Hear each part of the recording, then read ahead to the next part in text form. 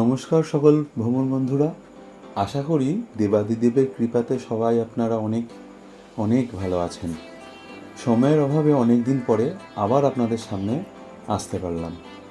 আজ আমি আপনাদেরকে আদি কৈলাস এবং ওম পর্বত দর্শন যাত্রা সম্বন্ধে খুঁটিনাটি সমস্ত তথ্য জানাবো। আমার আগের সমস্ত ভিডিওগুলোর মতো এটাও অনেকটা বড় ভিডিও হয়ে গেল। আসলে আমি সবসময় এটাই চেষ্টা করি যে কেউ যেন আমার ভিডিও দেখার পরে এই যাত্রা সম্বন্ধে তার মনে আর কোনো রকম কোনো জিজ্ঞাসা না থাকে। খুঁটিনাটি সব রকম তথ্যগুলোকে একসাথে করতে গিয়ে বা একসাথে জানাতে গিয়ে ভিডিওগুলো অনেক বড় হয়ে যায়। আমাকে অনেকেই বলেন যে এত লম্বা লম্বা ভিডিও দেখার সময় আর ধৈর্য অনেকেরই থাকে না, কিন্তু আমি আপনাদেরকে হলফ করে বলতে পারি এই যে একটু কষ্ট করে বা একটু সময় নিয়ে যদি আমার ভিডিওটা একবার ভালো করে দেখেন বা শোনেন, তবে আমি বলতে পারবো যে আদি কৈলাস ও ওম পর্ব যাত্রা সংক্রান্ত আপনাদের সমস্ত প্রশ্নের আমার মনে হয় প্রায় 98% প্রশ্নেরই উত্তর এখান থেকে আপনারা পেয়ে যাবেন।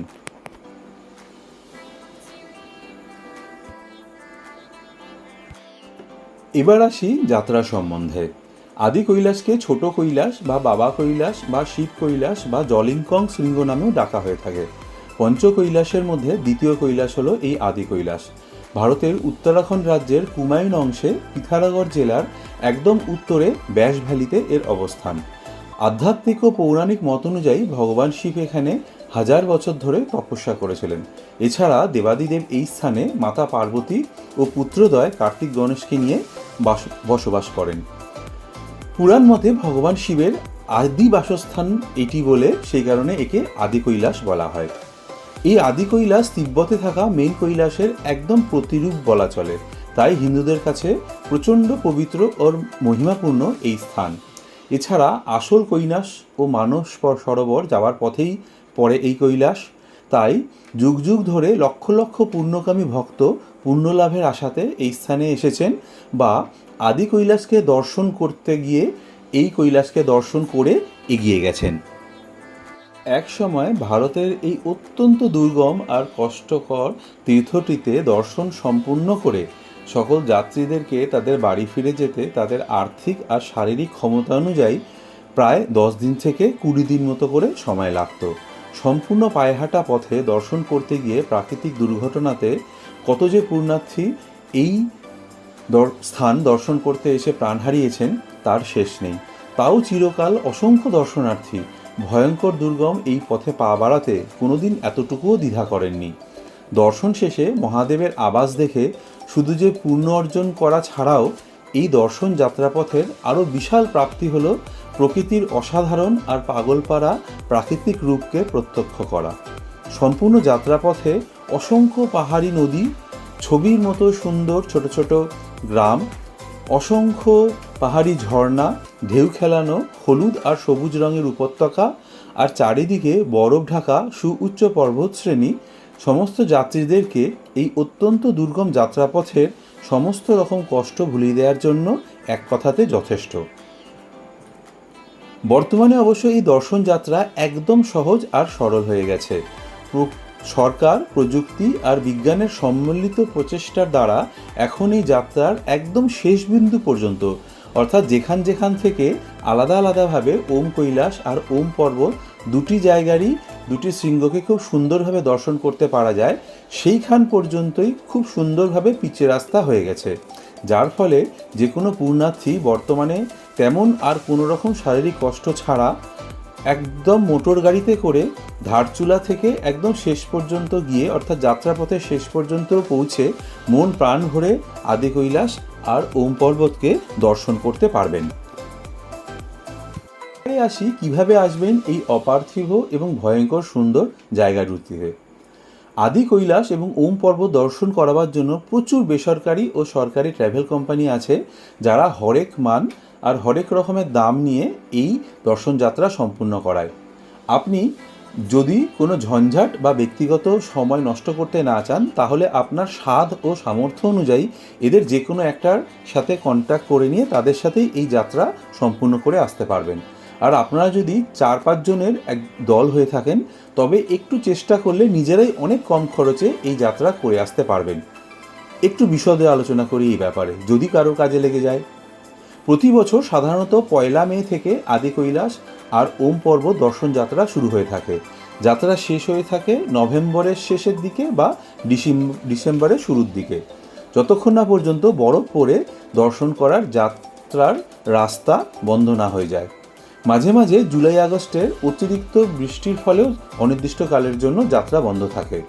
আমি এই 2023 সালের সেপ্টেম্বর মাসের শেষের দিকে এই যাত্রা করতে পেরেছিলাম। আদি কৈলাস ওম পর্বত যাত্রা করতে গেলে সবার জন্য ইনার লাইন পারমিট লাগে। আর 50 বছর বয়সের থেকে বা তার উপরের সমস্ত যাত্রীকে কিছু শারীরিক পরীক্ষা করিয়ে একটা মেডিকেল ফিটনেস সার্টিফিকেট পেতে হয়। এই মেডিকেল সার্টিফিকেটটা অর্থাৎ মেডিকেল ফিটনেস সার্টিফিকেটটা অবশ্য সবার জন্যই প্রযোজ্য। যাত্রা পারমিট বের করতে পারাটা একটু অসুবিধাজনক আর একটু সময় সাপেক্ষ হলেও এইটা বার করা খুব একটা প্রবলেম নয়। তাই আপনি যদি নিজেই এই পারমিটটা বার করতে চান তাহলে অবশ্যই ধারচুলা পৌঁছে একটা গোটা অফিসিয়াল দিন হাতে রাখবেন এই ইনার লাইন পারমিটের সমস্ত কাজকর্ম করে ইনার লাইন পারমিটটা হাতে পাওয়ার জন্য। এবার বলি এই ইনার লাইন পারমিটটা কিভাবে আপনি পেতে পারেন। এই পারমিটটি পাওয়ার জন্য আপনাকে প্রথমেই ধারচুলার মেইন বাজারের কাছে থাকা উপজেলা হাসপাতাল বা সরকারি হাসপাতালে যেতে হবে। সেখানে গিয়ে হসপিটালের 11 নম্বর ঘরের কাউন্টারে গিয়ে বলতে হবে যে আপনি আদি কৈলাস যাওয়ার মেডিকেল ফিটনেস সার্টিফিকেট করাতে চান। তখন তারা আপনার কাছ থেকে আপনার আধার কার্ডটি নিয়ে দেখে 150 টাকা নিয়ে এবং তার সাথে একটা রসিদ দিয়ে ওই সময় ডিউটিতে থাকা মেডিকেল অফিসারের সাথে ওই হসপিটালের 1 নম্বর ঘরে আপনাকে দেখা করতে বলবে। কিছুটা লাইন দিয়ে অপেক্ষা করে, যদি রোগীরা থাকে আরও বেশি, তাহলে সেখানে পরপর লাইন দিয়ে সেখানে অপেক্ষা করে ডাক্তারের কাছে হাজির হন। ডাক্তার আপনার ব্লাড প্রেশার আর নার্ভ চেক করবেন আর তার সাথে সাথে আপনার কোনো শারীরিক প্রবলেম আছে কিনা সেটা জিজ্ঞাসা করবেন। এরকম জিজ্ঞাসা করার পর আপনাকে আপনার উত্তর পেয়ে একটা প্রেসক্রিপশন দিয়ে আপনাকে ছেড়ে দেবেন। এবার ওই ডাক্তারবাবুর ঘর থেকে বেরিয়েই সামনের 14 নম্বর ঘরের কাউন্টারে আপনাকে ওই প্রেসক্রিপশানটা দেখাতে হবে, তাহলে ওনারা ওই প্রেসক্রিপশানের স্ট্যাম্প আর সার্টিফাই করে দেবে।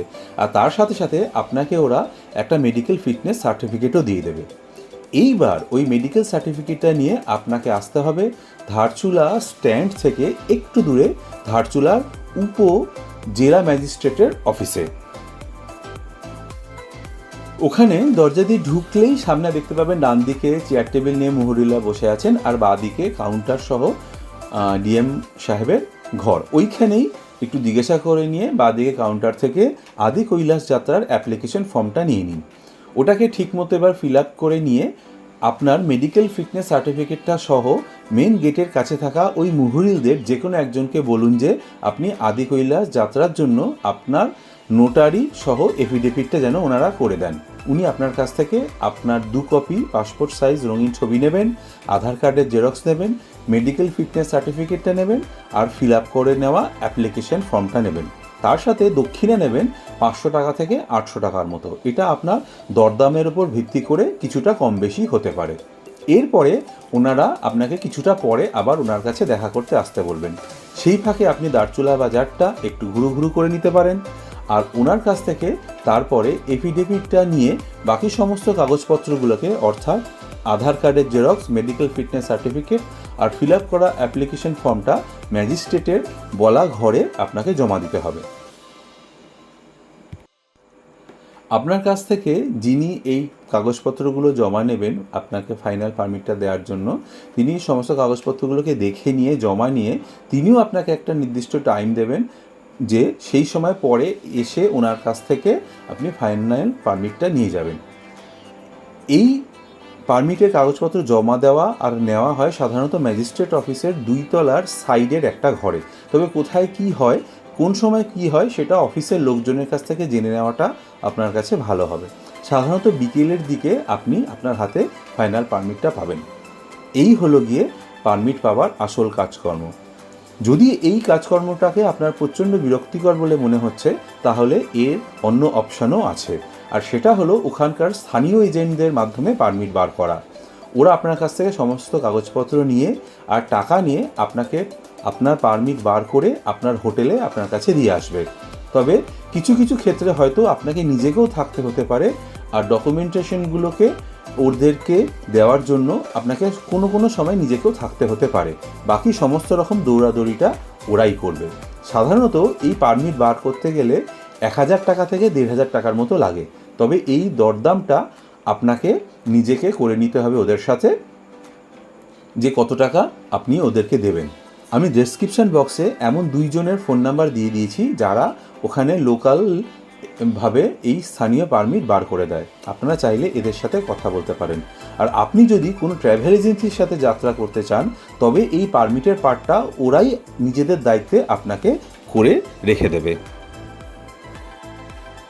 এই পারমিট আবার অনলাইনতেও পাওয়া যাওয়ার ব্যবস্থা আছে। কেউ যদি অনলাইনতে এই পারমিট পাসের জন্য অ্যাপ্লাই করতে চান তাহলে তাদের জন্য আমি আমার ডেসক্রিপশন বক্সে সেই পারমিট পাওয়া সাইটটার অ্যাড্রেস দিয়ে দিয়েছি। মনে রাখবেন যে আপনি যেই ডেটে হাতে আপনার পারমিটটি পাবেন সেই ডেট থেকে তারপরের 10 দিনের জন্য, অর্থাৎ 10 দিন পর্যন্ত আপনি যাত্রার জন্য ওই পারমিটটা বৈধ থাকে। অবশ্য যদি কোনো প্রাকৃতিক কারণে অনেক দিন ধরে যাত্রা বন্ধ থাকে তবে অবশ্য এই ডেটটা কিছুদিনের জন্য এক্সটেন্ড করা যায়। আপনি যদি কোনো ট্র্যাভেল এজেন্সির সাথে যাত্রা করতে চান তবে তারাই আপনার যাত্রার সমস্ত কিছু ঠিক করে দেবে। আর যদি আপনি নিজে নিজে যেতে চান তবে আপনার যাত্রাসূচি কেমন হবে বা কেমন হলে ভালো হবে এবার সেই বিষয়ে আমি আলোচনা করব। আপনারা যদি 4-5 জনের দল হন তবে কিন্তু আপনারা নিজেরাই এই যাত্রা করে নিতে পারবেন। এই যাত্রা সম্পূর্ণ করার জন্য আপনার লাগবে মোট 3 দিন আর 2 রাত। ধারচুলার গাড়ি স্ট্যান্ড থেকে আদি কৈলাস যাওয়ার জন্য প্রচুর গাড়ি পাওয়া যায়। সাধারণত আদি কৈলাস যাওয়ার জন্য মাহিন্দ্রা কোম্পানির 4x4 ম্যাক্স গাড়িগুলোই সবথেকে বেশি এই পথে চলে। এছাড়াও অল্প কিছু ছোট গাড়ি আর সুমো গাড়িও চলে। এই ম্যাক্স গাড়িগুলোতে মোট 5 জন হলে সবথেকে ভালোভাবে এই যাত্রা করতে পারা যায়। এই গাড়িগুলোতে এই 3 দিনের যাত্রা সম্পূর্ণ করার জন্য 17,000 থেকে 27,000 টাকা পর্যন্ত এরা নিয়ে থাকে। আপনাকে দরদাম করে নিতে হবে, তাহলে আপনি আপনার পছন্দের মতো দামটা তাদেরকে দিতে পারবেন। যাত্রীদের ভিড় আর সিজন বুঝে এই দরটা অনেকটাই কমাবাড়া হয়ে থাকে। ধারচুলা বাজারে কিছু স্থানীয় ট্র্যাভেল এজেন্সি আছে যারা আমার মতো সিঙ্গেল ট্যুরিস্টদেরকেও আদি কৈলাস যাত্রা করিয়ে দিয়ে থাকে। এদের কাছে মোট 5 জন যাত্রী হয়ে গেলেই তারা একটা গাড়ি ঠিক করে এই যাত্রাতে পাঠিয়ে যায়, আর খরচও নেয় অনেক অনেক কম। যে সমস্ত নামি নামি ট্র্যাভেল এজেন্সিরা প্রচুর পয়সা নিয়ে থাকে সেগুলো থেকে এরা অনেক কম দামে এই যাত্রা করিয়ে থাকে।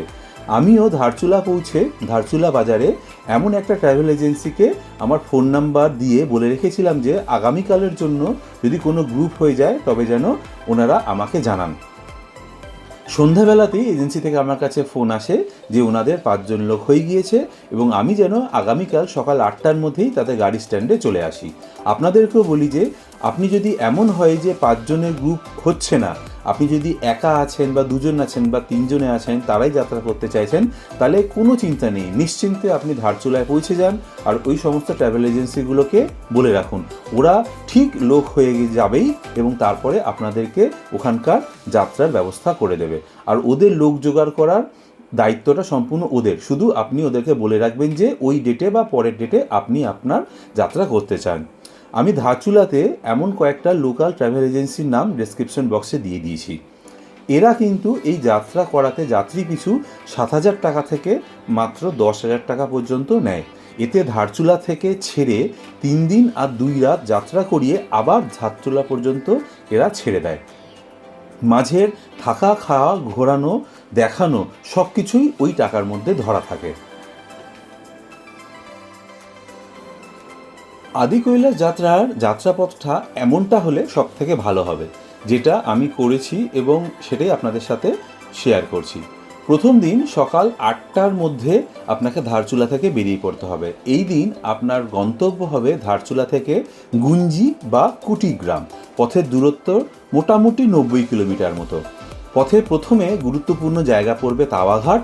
এখান থেকে আপনার গাড়ি ধৌলিগঙ্গার ব্রিজ পেরিয়ে সোজা সামনের দিকে এগিয়ে যাবে ব্যাস ভ্যালির উদ্দেশ্যে। আর এখান থেকে একটা রাস্তা বাম দিকে চলে গেছে বিখ্যাত ডারমা ভ্যালির উদ্দেশ্যে, যেখানে নারায়ণ আশ্রম আর পঞ্চচুল্লির বেস ক্যাম্প আছে। গুঞ্জি যেতে পথে পড়বে ঘাসকু, পাংলা, গারবা, মালপা, লামারি, বুন্দি আর গার্বিয়াং নামের ছোট ছোট বেশ কয়েকটা গ্রাম। এই সমস্ত গ্রামগুলোতে খুব সুন্দর সুন্দর হোমস্টে আছে স্বচ্ছন্দে থাকার জন্য। গুঞ্জি গ্রাম হয়ে আদি কৈলাস যাবার জন্য রাস্তা এবার বাঁদিকে বেঁকে যায়, আর ডান দিকের রাস্তা সোজা চলে গেছে ওম পর্বতের দিকে। সেই ধারচুলা থেকেই আপনার এই চলার পথ পর্যন্ত পথের ডান দিকে আপনাকে সঙ্গ দিয়েছে দুর্বার ও উচ্ছল কালী নদী, যার ওই পারে রয়েছে নেপাল, তার আকাশচুম্বী বরফে ঢাকা পাহাড় আর দেখতে দেখতে শান্তি না হওয়া অসাধারণ প্রাকৃতিক সৌন্দর্য নিয়ে। গুঞ্জিতে এসে ঢোকার আগে আপনাকে কালী নদীর সঙ্গ ছেড়ে এবার আপনাকে সারদা নদীর সঙ্গ নিতে হবে। পথ এসে পৌঁছাবে গুঞ্জি নদী বা গুঞ্জি গ্রামের বাইপাসে। আসল প্রাচীন গুঞ্জি গ্রাম নদীর ওই পারে থাকবে। আপনি আদি কৈলাস যাবার নতুন যে রাস্তা হয়েছে সেই রাস্তার একদম পাড়েই নতুন একটা বড়সড় গুঞ্জি গ্রাম গড়ে উঠেছে। প্রচুর দারুণ দারুণ আর একদম আধুনিক মানের অনেকগুলো হোমস্টে আছে এই নতুন গুঞ্জি গ্রামে। আমি তাই বলবো আপনারাও এখানেই আজকে রাতটা কাটান। গোটা ব্যাস ভ্যালির মধ্যে গুঞ্জির থেকে বেশি ভালো বা আধুনিক মানের হোমস্টে বা হোটেল বা খাবার দাবারের হোটেল আর অন্য কোনো গ্রামে আপনি এখানে পাবেন না। এখানে মানের প্রমাণ এবং মানের ভেদে হোটেলগুলোতে প্রতি একজন পিছু একদিন ও এক রাতে থাকা ও পেট ভরে খাবারের জন্য 1000 টাকা থেকে 5000 টাকা পর্যন্ত লাগতে পারে। একটু ঘুরে ফিরে আর দেখে শুনে আপনার প্রয়োজন, সামর্থ্য আর পছন্দ মতো কোনো হোটেলকে নির্বাচন করে নিন। যে হোটেলই পছন্দ করুন না কারণ সেটা আপনার টাকার মধ্যে, আপনার পছন্দের মধ্যে এবং আপনার সামর্থ্যের মধ্যে যেন হতে হয়।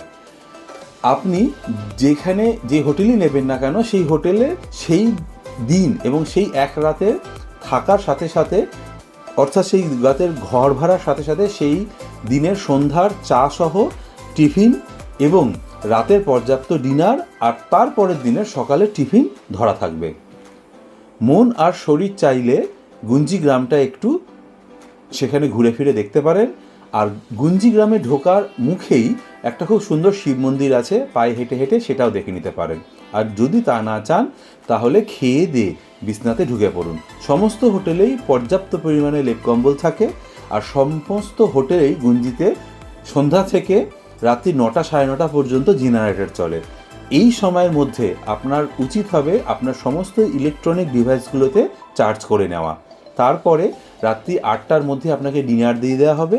ডিনার খেয়ে দিয়ে যত তাড়াতাড়ি পারা ঘুম লাগান। পরের দিন সকাল 8টার মধ্যেই টিফিন করে বেরিয়ে পড়ুন আদি কৈলাসের উদ্দেশ্যে। আমাদের ওখানে সেদিনকে আমরা সকাল 8:30টার মধ্যেই বেরিয়ে গেছিলাম। পথ সামনে এগিয়ে যাবে এবং পথে পড়বে নাবি এবং পাণ্ডবদের মা কুন্তির বাবার বাড়ি কুটিগ্রাম। এই পথ মোটামুটি 30 কিলোমিটার মতো সামনে এগিয়ে গিয়েছে আদি কৈলাস পর্বতের বেস ক্যাম্প জলিংকংয়ের দিকে। জলিংকং ঢোকার আগে রাস্তার বাম দিকে দেখতে পাবেন আদি কৈলাসের মতনই অসাধারণ সুন্দর আর বিশাল এক পর্বত, যার নাম ব্রহ্মা পর্বত। মন চাইলে গাড়ি থামিয়ে এখানে কিছুটা ফটো সেশন করে নিতে পারেন। তারপর আবার সামনের দিকে এগিয়ে চলুন। এরপরে আর্মি ক্যাম্পে আপনার পারমিটটা জমা রেখে গাড়ি নিয়ে এগিয়ে যান জলিংকংয়ের গাড়ি স্ট্যান্ডের দিকে। ফেরার সময় কিন্তু ওই পারমিটটা আর্মি ক্যাম্প থেকে নিয়ে যেতে ভুলে যাবেন না, কারণ পরের দিন ওম পর্বত যাওয়ার সময় ওই পারমিটটা আপনাকে আবার বিভিন্ন জায়গাতে দেখাতে হবে। ধারচুলা থেকে এইখান পর্যন্ত আসতে সমস্ত পথের মধ্যে কম করে আরও 3-4 জায়গাতে আপনাকে আপনার এই পারমিটটা শো করাতে হবে। সেখানে আর্মিরা বা পুলিশরা আপনার কাছ থেকে এই পারমিট দেখতে চাইবে। কারোর কাছ থেকে আর্মিরা আবার আধার কার্ডও দেখতে চাইতে পারেন। জলিংকংয়ের পৌঁছে যেখানে আপনাকে আপনার গাড়ি নামিয়ে দেবে সেই জায়গাটা একটা ছোটোখাটো বাজার এলাকার মতো। বিভিন্ন ধরনের সরকারি ক্যাম্প, খাবার জায়গা, ঘোড়ালাদের জায়গা নিয়ে একটা জমজমাট এলাকা। গাড়ি থেকে নেমেই প্রথমেই বাম দিকে তাকান। আকাশ যদি পরিষ্কার থাকে তাহলে একদম সামনে দেখতে পাবেন আপনার অভীষ্ট, অর্থাৎ এতক্ষণ চলে আসা আপনার কষ্ট করে আসা পথের শেষের ভোলানাথে আপন ঘর আদি কৈলাসকে। পাগলপাড়া রূপ নিয়ে সে যেন আপনারই আসার জন্য অপেক্ষা করছিলেন। চোখের সামনেই একদম আকাশজোড়া সৌন্দর্য আর আপনার মনোকামনা পূর্ণ করার ইচ্ছা নিয়ে স্বয়ং দেবাদিদেব যেন ওখানে অবস্থান করছেন। আমার তো অভীষ্টকে সামনে পাওয়ার আনন্দে চোখের জলের বাঁধ মানে না। আহা, কি তার রূপ! জন্ম জন্মান্তরেও না জানি এই দৃশ্য দেখে ভুলতে পারা যাবে না। আমি নিজেকে ভাবি কিছু তো নিশ্চয়ই পুণ্যই করেছি, তা না হলে এই এতটা কষ্টকর পথ পেরিয়ে বাবা আমাকে এই দৃশ্য বা এইখানে এসে ওনাকে দর্শন দিয়ে আমাকে ধন্য করতেন না। জানি না কতক্ষণ হাঁ করে তাকিয়েছিলাম আদি কৈলাসের দিকে। হঠাৎ এক ঘোড়াওয়ালার ডাকে সম্বিত ফিরে পেলাম এবং তখনই মনে পড়লো যে আরে আমি তো এখানে দাঁড়িয়েই আছি, আমাকে তো এখন অনেক কিছু করতে হবে। যেতে হবে পার্বতী সরোবরে আর আদি কৈলাসের অর্থাৎ আদি কৈলাস পর্বতের একদম পায়ের কাছে গৌরীকুণ্ডুতে। আমি তখন সামনের দিকে হাঁটা চালালাম, আর আমি না চাইলেও ওই পাশের ঘোড়ালাটা কিন্তু আমাকে কন্টিনিউ আমাকে জানাতে থাকলো যে ওখান থেকে গৌরীকুণ্ডু অনেক দূর আর পথটা সম্পূর্ণ অনেকটা চড়াই, তাই আপনার যেতে অনেক কষ্ট হবে, সেই জন্য আপনি এখন থেকেই ঘোড়া করে নেন। সেই ঘোড়া প্রথমে আমাকে ওই ঘোড়াগাড়ি স্ট্যান্ড থেকে নিয়ে যাবে 3 কিলোমিটার দূরের পার্বতী সরোবরে, আর তারপরে ওখান থেকে নিয়ে যাবে প্রায় 7 কিলোমিটার দূরের গৌরীকুণ্ডে, আবার ওখান গৌরীকুণ্ড থেকে ঘুরিয়ে আবার এই গাড়ি স্ট্যান্ডে ফিরিয়ে আনবে। এই সমস্ত ঘোরা আসার জন্য সরকারিভাবে এর ভাড়া হচ্ছে 3000 টাকা। তার সাথে সাথে ঘোড়াওয়ালা আমাকে এও জানাতে থাকলো যে যদি কেউ পার্বতী সরোবর আর গৌরীকুণ্ডের মধ্যে দুটো জায়গাতে না গিয়ে যে কোনো একটা জায়গাতে যেতে চান, তাহলেও কিন্তু ঘোড়ার ভাড়া ওই একই পড়বে 3000 টাকা। খুব অদ্ভুত শুনলো আমার এই ব্যাপারটা শুনে। যাই হোক, আমি যতই মোটা আর বুড়ো মানুষ হই না কেন, আমি অনেক আগে থেকেই মনে মনে সংকল্প করে রেখেছিলাম যে যে করেই হোক দুটি জায়গাতেই আমি সম্পূর্ণ হেঁটে যাব। এই কারণে ভাড়া সম্বন্ধে সমস্ত কিছু জেনে নেওয়ার সত্ত্বেও আমি কিন্তু ঘোড়াওয়ালাকে এড়িয়ে গিয়ে সামনের দিকে হাঁটা শুরু করে দিলাম। বেশ কিছুক্ষণ ধরে ঘোড়াওয়ালা আমার সঙ্গ নিয়ে আমার সাথে সাথেই চলতে থাকলো, এই বলতে বলতে যে ভাইয়াজি সামনে কত ভয়ঙ্কর পথ আছে সেটা আপনি বুঝতে পারছেন না, আর সেই পথ চলা আপনার মতো মোটা মানুষের জন্য অনেকটা কষ্টকর হবে, ইত্যাদি ইত্যাদি। অত্যন্ত গরিব আর ভালো মানুষ এই ঘোড়াওয়ালাগুলোর জন্য আমার মনটা খারাপ লাগছিল, আর তাদের এই মন প্রাণ ভরা আকুতি দেখে অনেকটা খারাপও লাগছিল যে এরা এই ঘোড়া করাটা এদের কাছে কতটা দরকারি। কিন্তু যত কষ্টই হোক না কেন আমি তো বাবার স্থান সম্পূর্ণ হেঁটে দর্শন করব এই সংকল্পে অটল। তাই আমি তার সাথে কোনো রকম কথা না বাড়িয়ে সামনের দিকে এগোতে থাকলাম, আর ঘোড়াওয়ালা আমার সাথে সাথে চলতে থাকলো আমার এত অনিচ্ছা ঘোড়া করার দেখেও। এরপরে কিন্তু কিছুক্ষণ পরে সে আরেকটা মোক্ষম চাল আমাকে দিল। সে বলল যে যেহেতু আমি ঘোড়া স্ট্যান্ড থেকে কিছুটা এগিয়ে এসেছি, কিন্তু আদপে আমি মাত্র কয়েক পাই এগিয়ে এসেছি, কিন্তু সে বলল যে যেহেতু আমি এগিয়ে এসেছি সেই কারণে এইখান থেকে যদি আমি ঘোড়া করি সে তাহলে আমাকে ওই 3000 টাকা থেকে আমাকে অনেকটা টাকা ডিসকাউন্ট দেবে। অনেকক্ষণ ধরে তার কথা বা বকবক শুনে বিরক্ত হব না করেও এতক্ষণে কিন্তু আমি মনে মনে অনেকটা বিরক্ত হয়েছি। সে তো একদম ছিনে জোকের মতো আমার সাথে লেগেই আছে, কিন্তু বাবার স্থানে এসে আমি কারোর সাথে খারাপ ব্যবহার করব না, এটা আমার মনের মধ্যে থাকে। তাই এবার মুখে কিছু কথা না বলে বেশ কটমট চোখ নিয়ে আমি তার দিকে এবার তাকালাম। এতক্ষণ ধরে সে আমার পাশে পাশে কথা বলে চলতে চলতে আসতে থাকলেও আমি কিন্তু একবারের জন্য তাকে দেখিনি। এবার তাকে একদম সামনাসামনি ভালো করে দেখলাম। একদম বাচ্চা, খুব বেশি হলে 20 বছর বয়সের একটা ছেলে এই ঘোড়াওয়ালাটা। মুখে তার সৌন্দর্য এতটাই যে এত ঠান্ডা আর ভয়ানক রুক্ষ পরিবেশ তার মুখের সৌন্দর্য লালিত্যকে এতটুকুও নষ্ট করতে পারেনি। শুধু তার বেশভূষা আর জামা কাপড়ের ফাটা এবং তালি দেওয়া ব্যাপারটাই চিৎকার করে জানাচ্ছিল যে তার এই একটা ঘোড়ার গ্রাহক তার জীবনযুদ্ধ চালানোর জন্য তার কাছে কতটা গুরুত্বপূর্ণ আর প্রয়োজনীয়। বেচারি কিন্তু আমার এই কটমটে তাকানো দেখে এবার রণে ভঙ্গ দিল, আর একটা কথা না বাড়িয়ে ওকে সাবজি চলতে হয় বলে পেছন দিকে হাঁটা শুরু করে দিল। কিন্তু আমি তার মুখ দেখে আমার সমস্ত রকম বিরক্তি না জানি কোথায় চলে গেল। পেছন ফিরে আমি তাকে ডাক দিলাম, ও ভাইয়া শুনিয়ে বলে। এক বিশাল আনন্দ আর খুশি তার চোখ মুখে নিয়ে সে এই ভেবে আমার দিকে ঘুরে তাকালো যে আমি হয়তো তার কাছ থেকে ঘোড়া ভাড়া করব। কিন্তু তাকে আমি সামনে ডেকে সে আমাকে এত টাকার ডিসকাউন্ট দেবে জানা সত্ত্বেও কেন আমি ঘোড়া নিচ্ছি না সেটা আমি তাকে খুলে বললাম। সব কিছু শোনার পরেও মানে আমার কেন জানি মনে হলো না তাকে যদি আমি সমস্ত কিছু না বলতে পারি তাহলে আমি একটা অপরাধী ভাব হবে আমার। তো সমস্ত কিছু সে শান্ত মনে আমার কাছ থেকে শুনে সে আমার কাছ থেকে ওকে স্যারজি কোই বাত নেই বলে যখন সে আমার কাছ থেকে চলে যাচ্ছিল আমি তার হাতে কিছু টাকা গুঁজে দিলাম। সে সাথে সাথে নেই নেই স্যারজি বলে এমনভাবে টাকাটা আমার হাতে ফেরত দিল যেন মনে হলো আমি গরম কয়লা তার হাতে দিয়ে দিয়েছিলাম। এবার আমি আবার সেই টাকাটা তার হাতে জোর করে দিয়ে 2 হাত ধরে বললাম, ভাই আমি তোমার তো ঘোড়া করতে পারিনি, তাই তোমাকে মিষ্টি খেতে এই টাকাটা দিয়েছি, প্লিজ নাও। আমি খুব খুশি হব যদি তুমি এই টাকাটা নাও। যে কোনো ধরনের হিরোকে কমপ্লেক্স দিতে পারা তার মুখের সৌন্দর্য নিয়ে সে একমুখ হাসি নিয়ে আমাকে বলল, স্যারজি আপ বহুত আচ্ছে হো। এই বলে সে টাকাটা সাথে সাথে আমার হাতে আবার গুঁজে দিয়ে দৌড়ে পালিয়ে গেল আমার কাছ থেকে কোনো রকম কথা না শুনে। আমি পেছন থেকে শুনো ভাই অনেকবার বললেও সে একবারের জন্যও দাঁড়ালো না।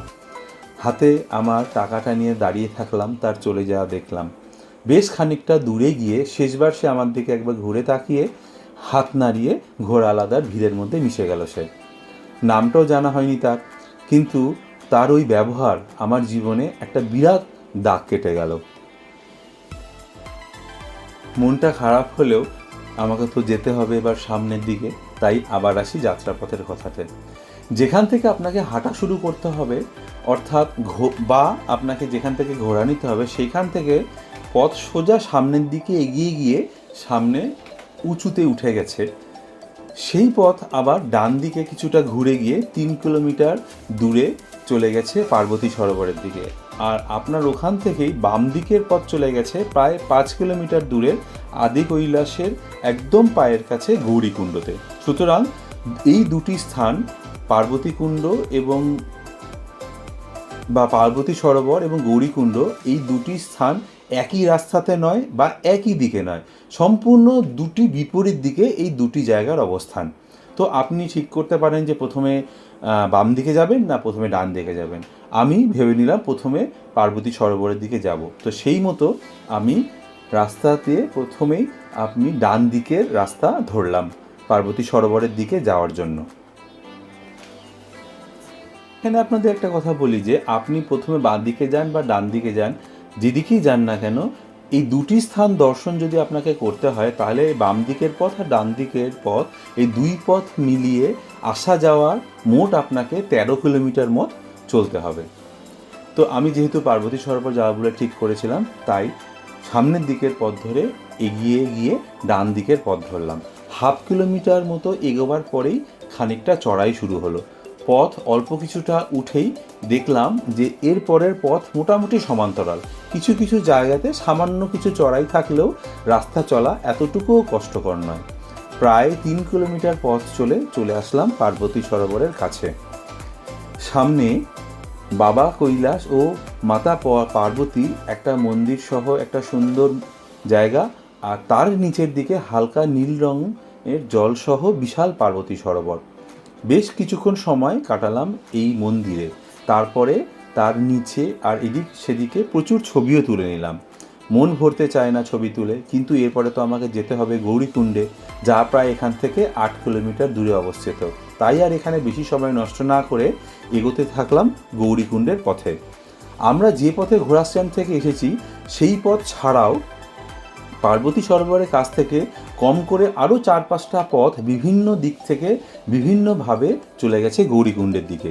কোন পথ দিয়ে যাব বা কোন পথ গিয়ে গেলে ভালো হবে বা কোন পথটা শর্টকাট হবে এই নিয়ে অনেকের কাছে প্রশ্ন করলেও কেউ কোনো রকম সঠিক উত্তর দিতে পারলো না যে কোন পথটা দিয়ে যাওয়া ভালো হবে। তাই বেশি জনগণ যে পথে দিয়ে যাচ্ছে দেখলাম সেই পথটা ধরলাম আমি গৌরীকুণ্ড যাওয়ার জন্য। তো বেশ কিছুটা যাওয়ার পরে দেখতে পেলাম যে ওই পথ ধরা কতটা আমার জন্য ভুল হয়েছে। আমার মতো মোটা মানুষের পক্ষে ওই পথ প্রচণ্ড কষ্টকর এবং দুর্গম এবং প্রচণ্ড বিপজ্জনকও ছিল। আমার সাথে সাথে আরও অনেক লোক যারা যাচ্ছিল তারা দেখলাম আবার সবাই ফিরে গেল পুরনো রাস্তা দিয়ে যাওয়ার জন্য। আপনাদেরকেও বলে রাখি, ওই কোনো রকম নতুন কোনো পথ দিয়ে না গিয়ে আপনারা আবার যে পথ দিয়ে এসেছিলেন পার্বতী সরোবরে সেই পথ দিয়েই ফিরে যান এবং ফিরে গিয়ে যেখান থেকে আবার গৌরীকুণ্ড যাওয়ার পথ শুরু হচ্ছে সেই পথ ধরেই গৌরীকুণ্ডের দিকে এগিয়ে যান। আমি তো অনেকটা রাস্তা কোনো রকমে বসে বসে ছেঁচড়ে গিয়ে সেই গৌরীকুণ্ডে যাওয়ার রাস্তাতে পৌঁছালাম এবং সেখান থেকে তারপর আবার হাঁটা শুরু করলাম গৌরীকুণ্ডের দিকে। জানে যেন প্রাণ এলো।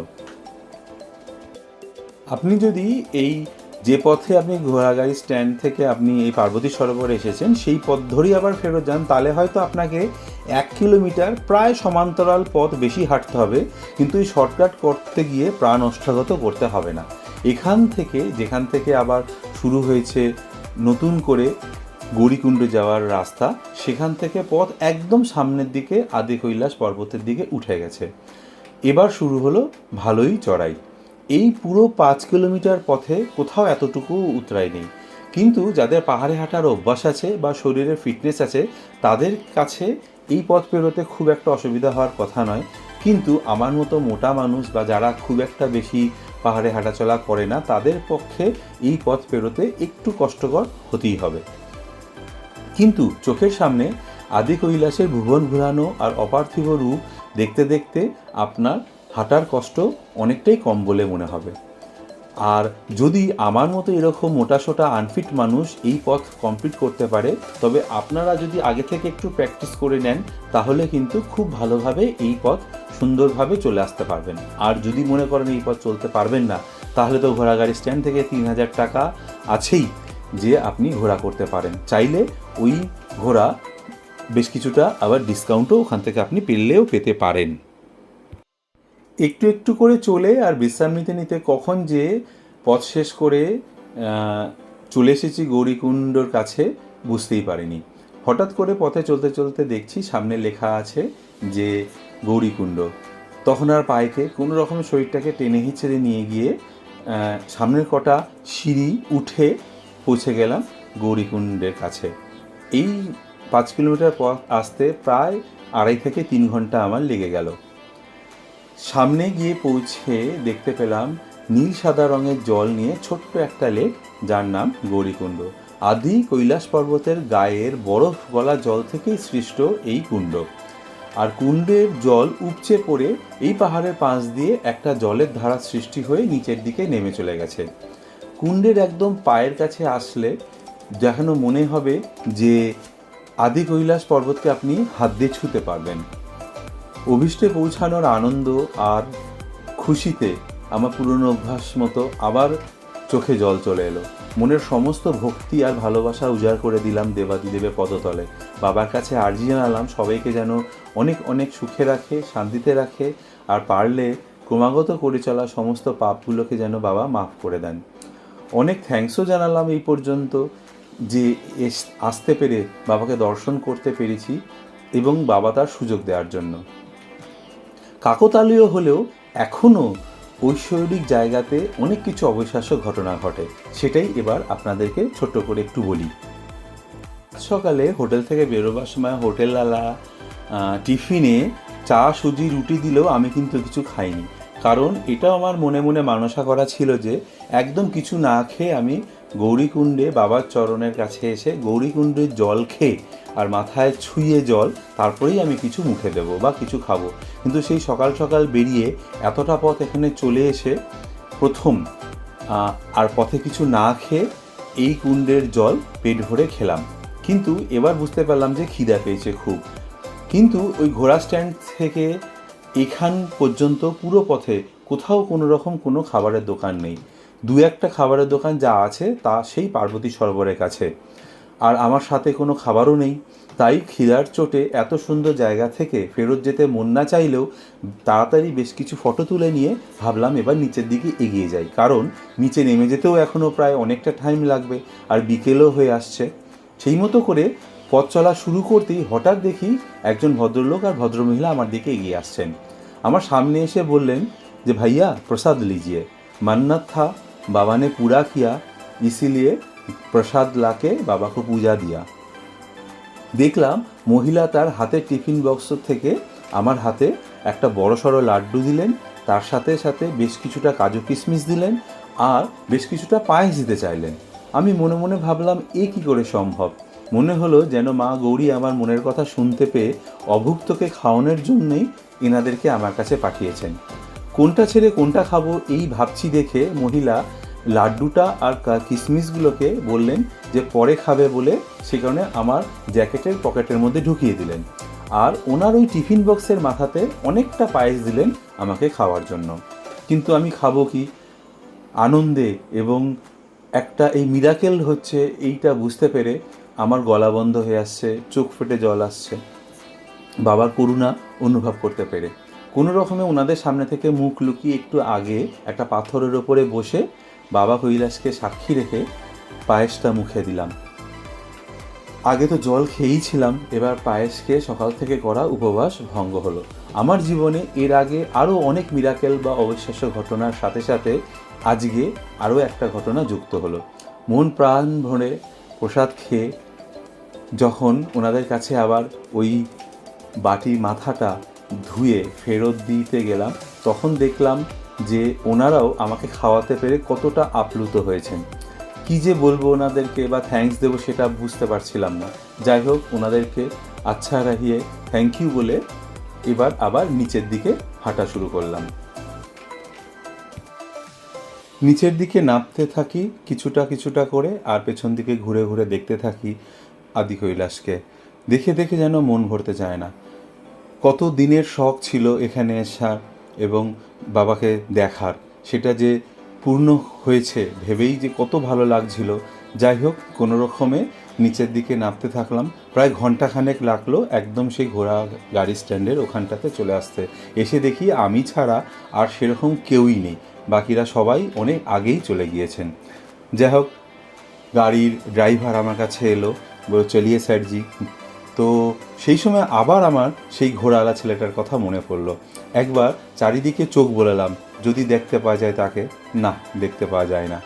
আমি আবার এদিক ওদিক দেখে যখন ওকে আর দেখতে পেলাম না, গাড়ির ওপর চড়ে বসলাম এবং এলিয়ে দিলাম সারাদিনের ক্লান্ত শরীরটাকে। গাড়ি এগোতে থাকলো আবার গুঞ্জির দিকে। গাড়ির ৮ ঘন্টা ৪৫ মিনিটের মতো লাগলো গুঞ্জিতে পৌঁছতে। এসে দেখলাম আমি সবার শেষের পৌঁছানো লোক, বাকিরা সবাই তখন মোটামুটি খেতে বসে গেছে। আমিও ঘরে ব্যাটারিগুলোকে চার্জে বসিয়ে দৌড়ে চলে আসলাম খেতে, কারণ সারাদিনের ধকলের পর মনে হলো তাড়াতাড়ি খেয়ে দিয়ে শুয়ে পড়ি। পরের দিন আবার সকাল ৮টা নাগাদ লুচি সবজি টিফিন করে বেরিয়ে পড়লাম ওম পর্বতের পথে।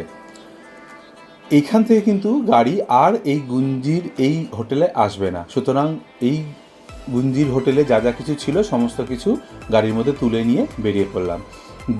গাড়ি গুঞ্জি থেকে সামনের দিকে এগিয়ে চলল। পথে পড়ল নাগ পাহাড়, কালাপানি, ব্যাস গুফা। এই সমস্ত কিছু পেরিয়ে প্রায় ঘন্টা দেড়েক পথে পরে আসলো ওম পর্বতের বেস ক্যাম্প নাবিডাঙে। নাবিডাঙে গাড়ির থেকে সামনে নেবেই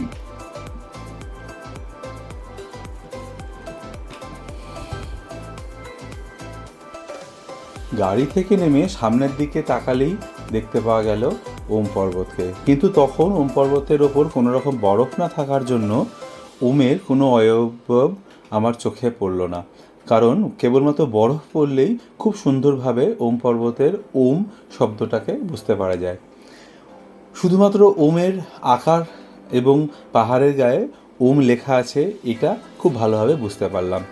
কিছুটা ছবি তুলে নেওয়ার পরে ড্রাইভারের সাথে ফেরার পথ ধরলাম। এবার ফেরার পথে কিছুটা এসে দাঁড়ালাম কালী নদীর উৎপত্তিস্থল কালীমাতা মন্দিরে। সেখানেও চারিদিকে বেশ কিছুটা সময় ঘুরে কালী নদীর ছোট্ট একটা উৎপত্তি স্থান দেখলাম, যেখান থেকে এই ব্যাপক উচ্ছল এবং ভয়ঙ্কর কালী নদীর উৎপত্তি। সেখানটাতে বেশ কিছুটা ঘুরে মন্দিরের সামনে বেরিয়ে এসে পাহাড়ের একদম মাথাতে অনেক উঁচুতে ব্যাস গুহাকে দেখতে পেলাম। আর তার পাশে দেখতে পেলাম নাগের অর্থাৎ সাপের ফোনার মতো করে আকৃতির নাগ পর্বতকে। ব্যাস আজকের মতো সমস্ত কিছু দেখাশোনা এখানেই শেষ। এবার ফিরে চলা ধারচুলার দিকে। সেই আগের পথ ধরেই সন্ধ্যা নাগাদ ধারচুলাতে ফিরে আসলাম। এবার আসি অন্যান্য সমস্ত কথাতে। ধারচুলা থেকে গুঞ্জি যেতে সমস্ত পথে কেবলমাত্র বুন্দি পর্যন্ত শুধুমাত্র জিওর সিম কাজ করে, এছাড়া অন্য কোনো রকম কোনো সিম কাজ করে না। ফোন আর নেট দুটোই মোটামুটি কাজ করে এই বুন্দি পর্যন্ত, কিন্তু তারপর থেকে আবার এই বুন্দি ফেরা পর্যন্ত কোথাও কোনো রকম কোনো কোম্পানির সিমের নেটওয়ার্ক বা মোবাইলের নেট পাবেন না। তো সুতরাং যা কিছু কথাবার্তা বলার আপনি কিন্তু এই বুন্দির মধ্যেই করে নিন, নয়তো আবার সেই দুদিন পরে বুন্দিতে ফিরে এসে তারপরে আবার আপনি ফোনে নেটওয়ার্ক পাবেন। এই পথের সমস্ত গ্রামগুলোর মধ্যেই কিছু না কিছু মুদি আর স্টেশনারি দোকান আছে, যেখানে কোল্ড ড্রিঙ্কস, হট ড্রিঙ্কস আর মোটামুটি স্টেশনারি সমস্ত রকম জিনিসপত্রই পাওয়া যায়। ধারচুলার পরে এই গোটা রাস্তাতে কোথাও কিন্তু আমি কোনো ওষুধের দোকান দেখিনি। সুতরাং আপনাদের নিজেদের দরকারি সমস্ত রকম ওষুধগুলোকে প্রথম থেকেই নিজের কাছে রাখুন। আর ধারচুলার থেকে যত ওপরে উঠতে থাকবেন ঠান্ডা কিন্তু তত বাড়তে থাকবে, সেই মতো করে সমস্ত রকম গরম জামাকাপড় নিজের সাথে রাখুন। তবে যদি মনে করেন যে বেশি লাগেজ সাথে নিতে না চান, তাহলে মেন ব্যাগটা বা বড় ব্যাগটা আপনি ধারচুলার হোটেলে রেখে নিয়ে আপনার একটা ছোট লাগেজ নিয়ে আপনি এইখানে এই যাত্রাতে চলে আসতে পারবেন। এবার আসি এইখান পর্যন্ত কিভাবে পৌঁছবেন। ওম পর্বত আর আদি কৈলাস যাত্রার জন্য আপনাকে আসতে হবে উত্তরাখণ্ডের কুমায়ুনের পিথারাগড় জেলার বর্ডার শহর ধারচুলাতে। আর এখানে আসার সবথেকে সুবিধাজনক উপায় হলো মোটর পথ। আপনাকে ধারচুলা পৌঁছতে ভারতের যে কোনো জায়গা থেকে বাসে করে বা ট্রেনে করে বা প্লেনে করে প্রথমে টনকপুর বা হলদিয়ানি বা লালকুয়া বা কাঠগোদামে আসতে হবে। এই সমস্ত কটা জায়গা থেকেই ধারচুলা যাওয়ার খুব ভালো রকম ব্যবস্থা আছে। আর ভারতের প্রায় সমস্ত জায়গা থেকেই এই জায়গাগুলোতে আসার জন্য খুব ভালো রকম ব্যবস্থা রয়েছে। তবে আমার মনে হয় ধারচুলা যাওয়ার জন্য সবথেকে বেশি গাড়ি পাওয়া যায় হলদিয়ানি থেকে আর তারপরে টনকপুর থেকে। এই জায়গাগুলোর থেকে বাস বা প্রাইভেট গাড়ি করে ধারচুলা পৌঁছানো অনেকটাই সহজ।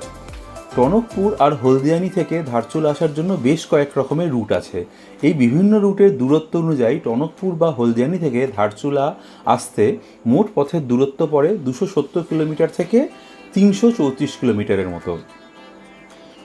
আর এই মোট পথ একবারে আসতে বিভিন্ন গাড়ির প্রকারভেদে 10 ঘন্টা থেকে প্রায় 14 ঘন্টা পর্যন্ত টাইম লাগতে পারে। আপনি চাইলে একবারে না এসে পথের বিভিন্ন জায়গাতে হল্ট করে করেও ধারচুলাতে আসতে পারেন। হলদিয়ানি আর ধারচুলা পর্যন্ত বাসের ভাড়া পড়ে 700 টাকার মতো। শেয়ারে যে কোনো ধরনের গাড়িতে আসতে মাথাপিছু ভাড়া পড়ে 1000 থেকে 1200 টাকার মতো। আর ছোট গাড়ি পুরো ভাড়া করে আসতে চাইলে গাড়ির প্রকারভেদে ভাড়া পড়বে 6000 টাকা থেকে 8000 টাকার মতো। তবে বিভিন্ন সিজন বুঝে এই রেট বাড়ে কমে।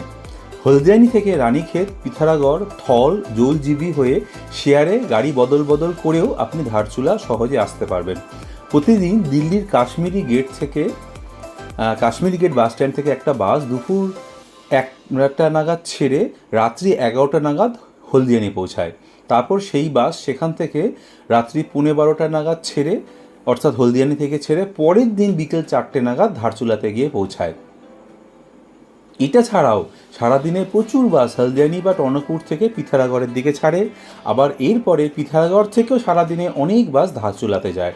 এইরকমভাবে অনেক শেয়ার গাড়ি বদল করে করে বা বিভিন্ন গাড়ি বদল করে করে আপনি ধারচুলা পৌঁছতে পারবেন। তবে আমার ব্যক্তিগত মত এই যে বেশিবার গাড়ি বদল না করে একবারেই কিছু ছোট গাড়ি ভাড়া করে বা একটা টানা কোনো গাড়ি করে ধারচুলা যাওয়া উচিত। তাতে যদি কিছু বেশি টাকা লাগলেও বিশাল লম্বা এই যাত্রার পথের ধকল আপনার অনেকটা কম হবে।